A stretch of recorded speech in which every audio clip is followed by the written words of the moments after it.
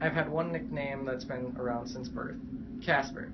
My dad says it is because until the age of 3 I was bald, fat, white, and stared at everyone with big blue eyes. And now, I have hair. I got to the point where when I did see those movies, I was convinced they ripped off my characteristics.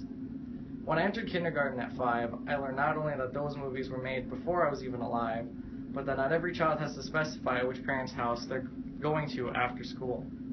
Growing up, I never answered whenever someone asked me which house I preferred to be at.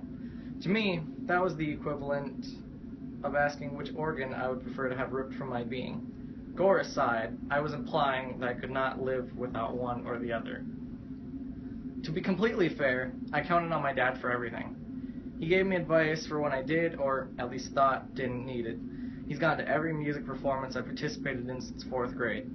Whenever I would be in the basement practicing or making up excuses not to, he'd pick up one of my guitars and sing Sharp Dressed Dad instead of Sharp Dressed Man. If you couldn't guess, he wasn't exactly in key, which practically forced me to revoke the guitar and show him the right technique.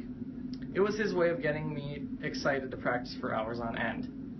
When he had a stroke back in July, my mind started a civil war during what seemed like the longest 3-hour drive to Fargo's hospital. I was furious, yet scared. Furious at myself for not taking the 6 seconds that previous day to say goodbye and give him a hug before he left for work, like the 10,000 other times I never bothered to. But also scared that I'll lose the one person in my life that made time, not only to encourage my dreams, but to ensure my dreams can be fulfilled. For 3 antagonizing hours, I ripped my heart apart and struggled to tape it together over and over and over.